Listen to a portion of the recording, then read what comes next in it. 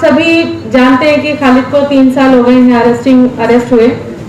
जिस तरीके से उनको अरेस्ट करा था वो भी आप सभी जानते हैं।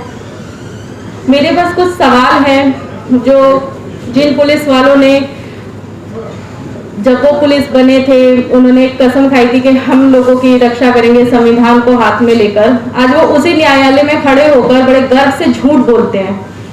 वो बोलते हैं कि खालिद को जब चोटें लगी थी तो खालिद पत्थरों पे गिर गए थे, खालिद के ऊपर से एक भीड़ गुजर गई थी जिसकी वजह से उनके पैरों में चोट लगी।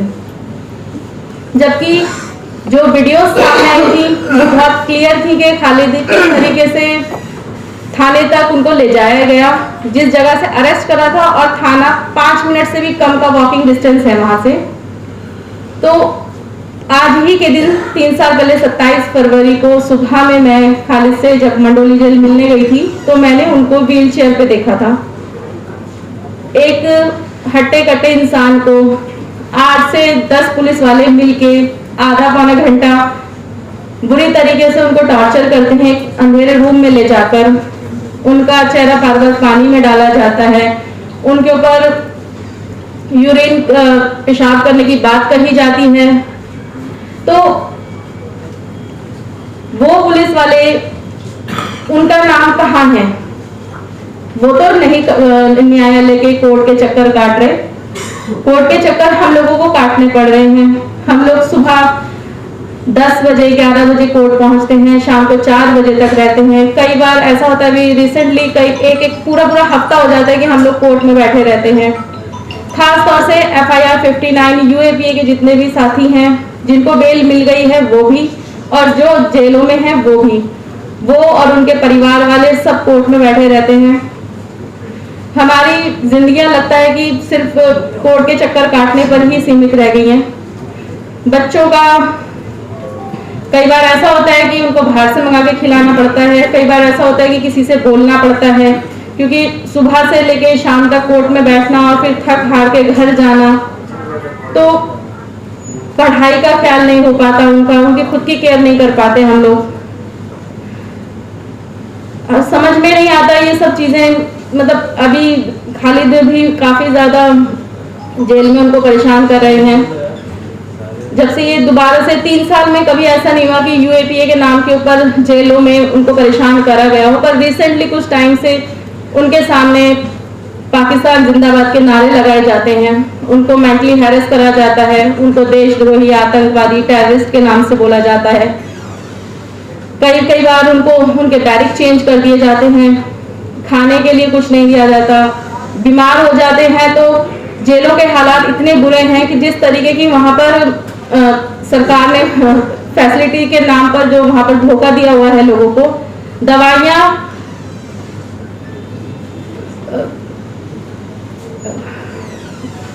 जिनकी डेट निकल जाती है, एक्सपायर हो गई होती है, तो वो दवाइयां होती हैं वहां पर। तो इतना खालिद ने खुद कई बार अपनी वो दवाइयां देखी हैं जिनके ऊपर डेट नहीं होती। डायबिटीज की दवाइयां हम लोग कई बार ऐसा होता है कि अंदर से इतनी मुश्किलों से एक एप्लीकेशन, सिर्फ एक शुगर की दवाई के लिए एप्लीकेशन हफ्तों तक वो बस आगे साइन के बाद कहीं जाके बाहर से अंदर भेजी जाती है।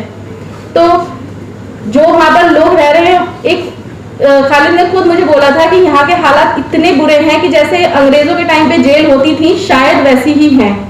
वहां पर आप किसी ऑफिस में अगर आपको बुलाया जाता है तो आप उस ऑफिस में चप्पल पहनकर नहीं जा सकते। आप किसी के सामने, कोई पुलिस ऑफिसर बात कर रहा है तो ऊंची आवाज में बात नहीं कर सकते, हाथ बांध के खड़े होना पड़ता है। आप किसी भी ऑफिसर के सामने उसके ऑफिस में जाएंगे तो आप किसी चेयर पे, टेबल पे नहीं बैठ सकते, आपको खड़े रह के बात करनी होगी।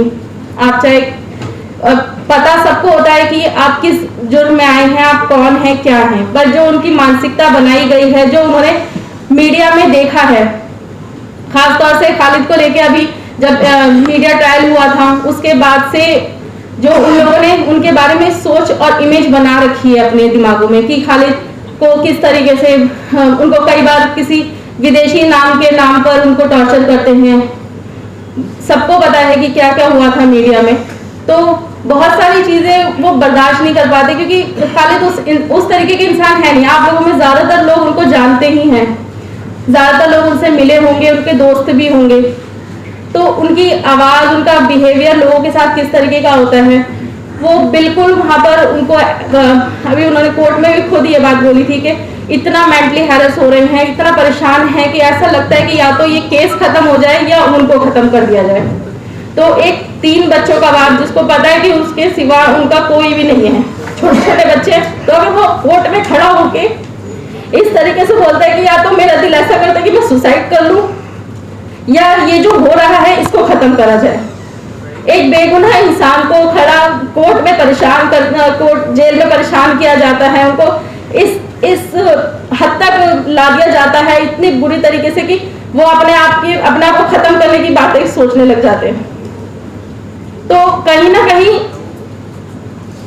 मुझे नहीं लगता कि खालिद जैसे इंसान को मतलब पर इतना ज्यादा वो अपने दिमाग के ऊपर वो कभी भी इस तरीके की सोच रखने वाले इंसान नहीं थे, कभी भी नहीं।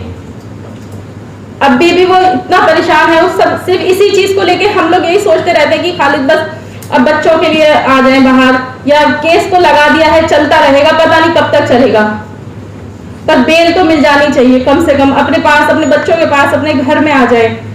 पर ऐसे कुछ आसार लग नहीं रहे। ऑर्डर रिजर्व करा हुआ है काफी टाइम से, उसको रिजर्व करके क्यों रखा है, इतने दिन हो गए हैं अभी तक उसका कोई फैसला नहीं आ रहा है। तो बस हम लोग इसी उम्मीद से हर रोज उठते हैं कि काश आज वो दिन होगा जिस दिन खालिद का बेल ऑर्डर आएगा और उनको बेल मिलेगी। बस आप सभी से यही रिक्वेस्ट है कि आप सब इस बात को जहां तक पहुंच जाए वहां पहुंचा दीजिए कि बस उनको बेल मिल जाए, वो अपने घर आ जाए, बच्चों के पास आ जाए।